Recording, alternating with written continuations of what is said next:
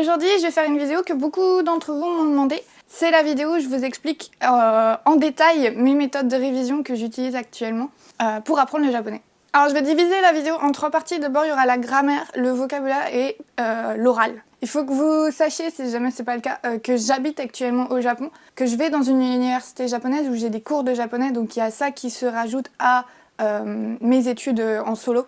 Donc non seulement je suis en immersion, mais en plus j'ai des cours et des profs à qui poser des questions. Du coup, c'est des gros avantages par rapport à si vous étudiez en France. Cela dit, je suis convaincue que si jamais je ne faisais que aller en cours, mon japonais ne progressait pas aussi vite que ce qui progresse maintenant. La grosse majeure partie de mes progrès est due à mon travail personnel et pas à mes cours ou au fait que je sois au Japon. Donc je vais tout de suite commencer par la grammaire. Alors je pense que ce qui m'aide le plus avec la grammaire, c'est que j'ai commencé à travailler avec un bouquin de JLPT. Le JLPT, c'est un niveau qui approuve votre niveau de japonais. Il y a 5 niveaux, le N5 c'est le plus facile et le N1 c'est le plus difficile. Quand je suis arrivée au Japon, je pensais que j'étais entre le N3 et le N2, donc plutôt intermédiaire avancé. Sauf que je me rends compte que c'était peut-être un peu présomptueux de ma part. Parce que effectivement, je peux comprendre des choses qui sont niveau N2. Mais je suis pas du tout capable de comprendre les subtilités du texte et du coup je peux pas dire que je maîtrise le N3 en fait. Donc j'ai décidé de vraiment renforcer mes bases et de travailler avec un bouquin de JLPT N3. J'utilise la série Try, c'est pas la couverture normale parce que j'ai enlevé la couverture qui recouvre le livre parce que ça m'énerve les couvertures comme ça. Normalement il est genre violet et vert. J'ai essayé différents bouquins de JLPT, j'ai essayé la série Nihongo Somatome et j'ai essayé Shinkansen Master. Et bon, je pense que quand je reviendrai en France, du coup, l'année prochaine, je vais faire des comparaisons en détail, genre des vidéos spécifiques pour comparer les différentes séries de bouquins pour JLPT. Mais la série Try, c'est ma préférée du coup. Donc la méthode que j'utilise pour travailler avec ce livre, elle est assez simple. En fait, j'ai un cahier dédié à mes études du japonais. Et en fait, je recopie ce qu'il y a dans le bouquin. Tout ce que je connais pas, je le recopie. Donc je vais noter les formes de grammaire que je connais pas. Je vais aussi et surtout noter les phrases d'exemple. Soit c'est des phrases d'exemple que je trouve intéressantes et que par exemple je peux imaginer des occasions dans lesquelles je pourrais les sortir direct dans la vie de tous les jours. Ça c'est super pratique parce que ça permet vraiment d'avoir un japonais naturel. Mais la plupart du temps je les note surtout pour les mots que je connais pas, les lectures que je connais pas. Si jamais la phrase d'exemple toute seule sans explication me permet de comprendre le point de grammaire qui est abordé dedans, je vais aussi la noter. J'essaye le plus possible dans mes notes de ne pas utiliser de français ou d'anglais. Pour les explications de grammaire, ça dépend un petit peu, cela dit, parce que dans le livre, il y a à la fois les explications en japonais et les explications en anglais. Et si je vois que je comprends la totalité de l'explication en japonais, je vais écrire l'explication en japonais. Si jamais je vois qu'il y a du vocabulaire dedans qui est pas trop maîtrisé, je vais plutôt noter l'explication en anglais. Parce que le but numéro 1, c'est quand même que je comprenne bien, et c'est pas uniquement de faire tout en japonais, même si mon âme de perfectionniste préférait que tout soit en japonais, forcément. Autre chose que j'utilise pour la grammaire, c'est les vidéos de la chaîne Japanese Amo with Mesa. Je mettrai le lien vers la chaîne dans la description de la vidéo. J'en ai déjà parlé beaucoup sur ma chaîne, c'est une de mes chaînes YouTube préférées. Je suis désolée en fait parce que la totalité des ressources dont je vais parler dans cette vidéo seront en anglais. Je suis bilingue, du coup je préfère utiliser des ressources en anglais parce qu'il y a beaucoup plus de choix que les trucs en français. Malheureusement, on est un petit peu restreint avec les ressources d'apprentissage pour le japonais en français.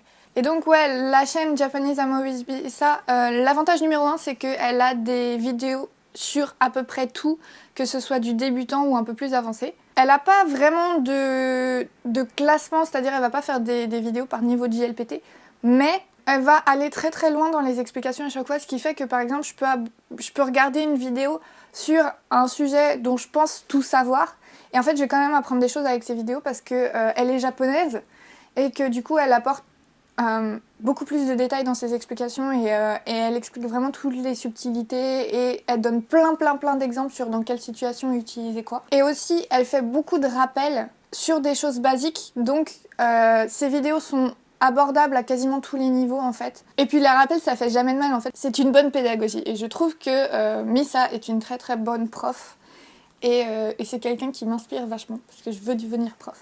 Et donc ouais, c'est un peu mon modèle.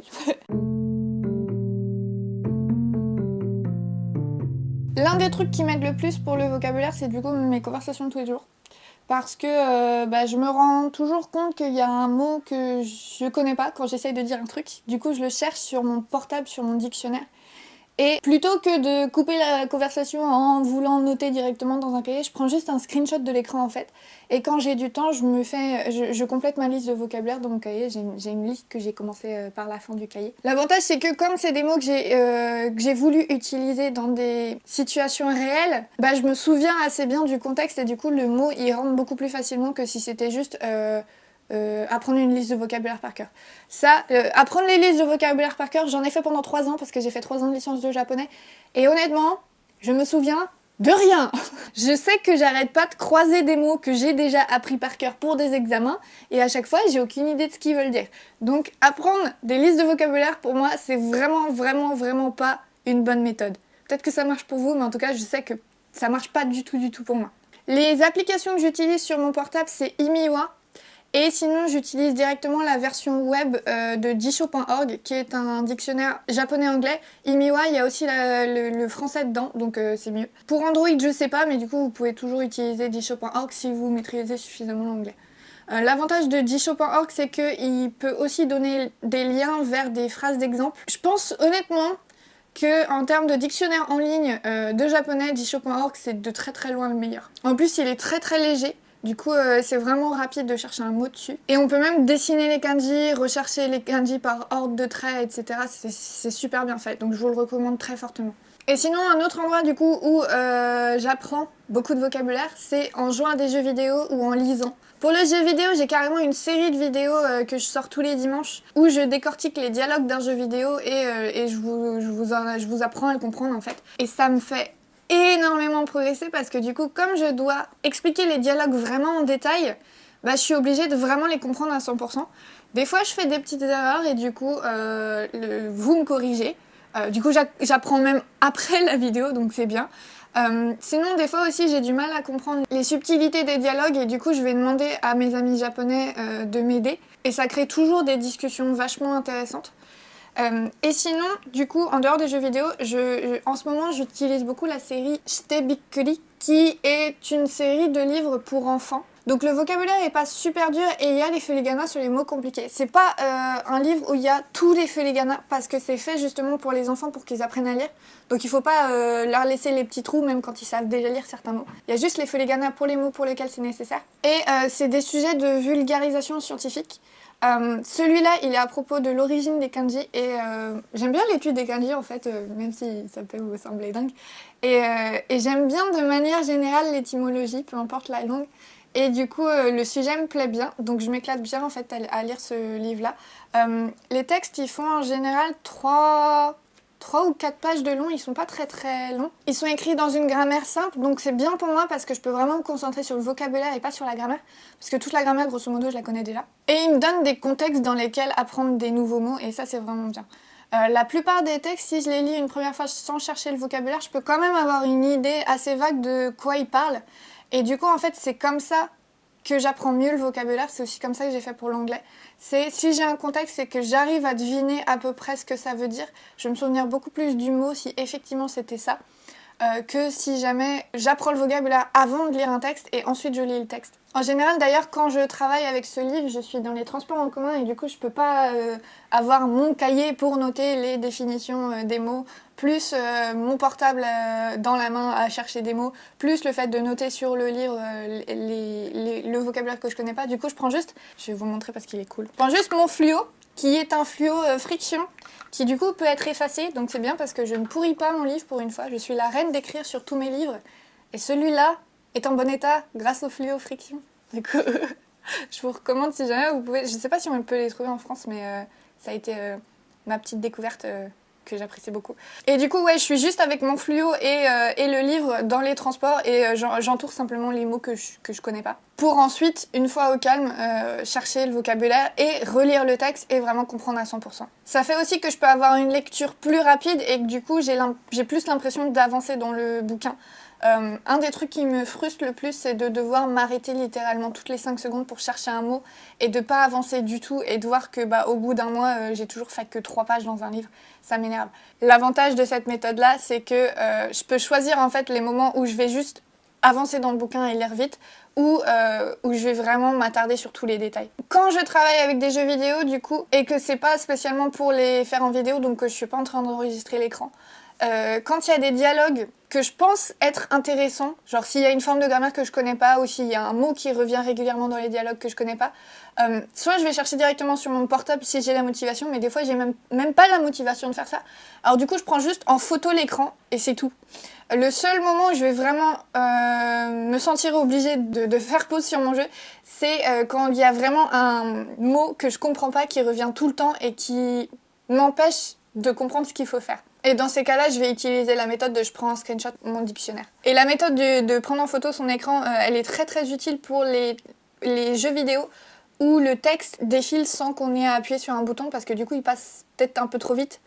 Et on va louper la moitié du dialogue si on s'arrête pour chercher un mot dans le dictionnaire. Un dernier truc que j'ai commencé tout récemment à faire aussi, c'est étudier les chansons que j'écoute tout le temps. À vrai dire, je sais pas pourquoi je m'y suis pas mise plus tôt en vrai. Mais récemment en fait je me suis rendu compte que je comprenais à peu près genre 50% des chansons de Hamasaki Ayumi que j'écoute tout le temps. Et je me suis dit ce serait cool en fait d'étudier le reste comme ça. Déjà je connaîtrais vraiment les paroles, genre les vraies paroles plutôt que celles que j'ai entendues et que je pense répéter correctement et que je répète pas correctement. Et puis aussi simplement, Ayu elle écrit ses paroles elle-même et je suis super fan d'Ayu. Et du coup le fait que je m'intéresse pas à ses paroles, c'est pas cool en tant que fan quoi. Du coup j'ai commencé à faire ça. Ça m'apporte du vocabulaire qui est pas forcément utile tous les jours, parce que forcément il y a beaucoup de chansons d'amour. Mais c'est du vocabulaire que j'entends très régulièrement du coup vu que j'écoute que ça. Donc c'est du vocabulaire qui est très régulièrement renforcé puisque je le réentends. Et ça me permet d'apprécier quelque chose que j'aimais déjà à la base. Et ça fait que mon expérience d'écouter des chansons que j'aime bien est décuplée. Du coup c'est bien. Pour l'instant je suis encore jamais tombée sur une chanson où j'ai été déçue par les paroles. Mais en même temps j'ai fait que les chansons de Hamasaki Ayumi. Et bon elle écrit elle-même ses chansons, du coup ça va être moins débile que genre, je sais pas, les chansons de Morning Musume ou un truc comme ça. Mais ma coloc, elle écoutait Morning Musume l'année dernière, elle m'a fait voir certaines des paroles et genre... C'était drôle, c'était très drôle. C'est pas toujours des chansons à texte. Je critique pas sinon la musique, mais les paroles des fois... Ouf. Et du coup j'en profite vu que je parle de chansons pour faire la transition sur ce que je fais pour travailler l'oral. Donc il y a les chansons, ça aide. Je vais au karaoké aussi, ça aide à mieux enchaîner les syllabes, ça c'est sûr. Le deuxième truc qui me fait le plus travailler mon oral, c'est le fait que j'ai un travail au Japon, que je travaille que avec des japonais, il n'y a pas un seul étranger dans mon travail. Et du coup, à chaque fois que je vais au travail, j'ai des conversations en japonais avec des japonais. Donc ça m'aide vachement. Je me suis fait aussi des amis japonais avec qui je peux vraiment discuter. Là, il y a quelques jours, j'ai eu une discussion à propos de religion et de ce en quoi on croyait.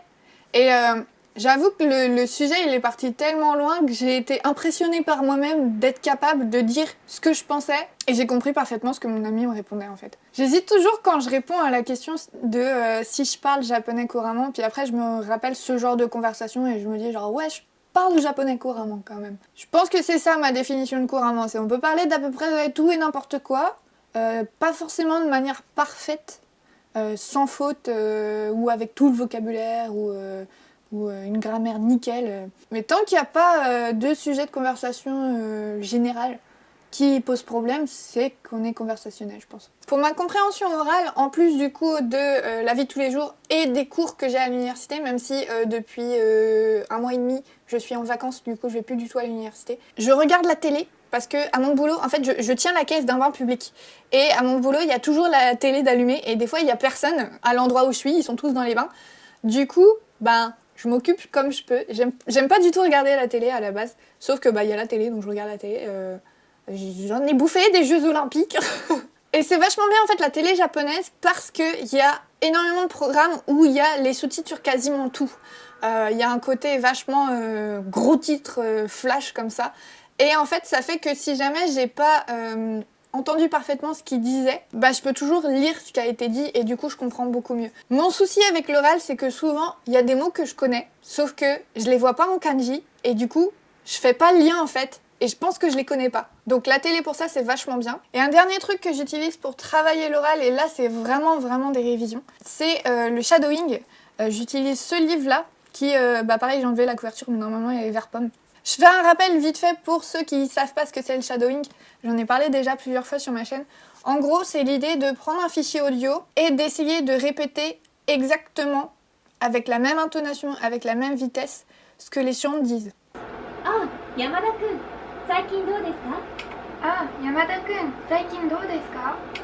C'est l'idée de faire le perroquet en fait. Et il y a des livres pour ça qui sont vendus avec des CD où il y a du coup l'enregistrement audio, mais il y a aussi la retranscription exacte des dialogues. Et c'est pour ça que c'est pratique d'avoir le livre. Techniquement, on peut faire le shadowing avec n'importe quoi. On peut le faire avec l'audio des dramas, on peut le faire avec la radio, on peut faire avec des podcasts. Mais c'est vrai qu'avoir la retranscription, ça rend le truc beaucoup plus facile. Donc en ce moment, je fais ça. Ce livre-là, c'est l'un des meilleurs livres de shadowing qui soit disponible. Ça a été recommandé par plusieurs de mes profs. J'étais sceptique au début par la technique de shadowing parce que je me disais genre ça a l'air chiant à faire et j'avais pas envie d'essayer en fait. Pour être honnête, j'avais juste pas envie d'essayer. Sauf que du coup, j'en ai fait pendant un semestre avec les cours. Et ma prof, en fait, elle nous faisait pas faire que le shadowing, c'est-à-dire que répéter ce qu'il y avait dans le livre. Elle nous expliquait aussi la totalité des formes de grammaire, l'éventuel vocabulaire qu'on connaissait pas dans les phrases. Et ça m'a beaucoup appris des formes qu'on utilise uniquement qu'à l'oral. Donc ça a rendu mon japonais beaucoup moins robotique et manuel scolaire. Et je suis aussi devenue beaucoup plus capable de comprendre le japonais oral.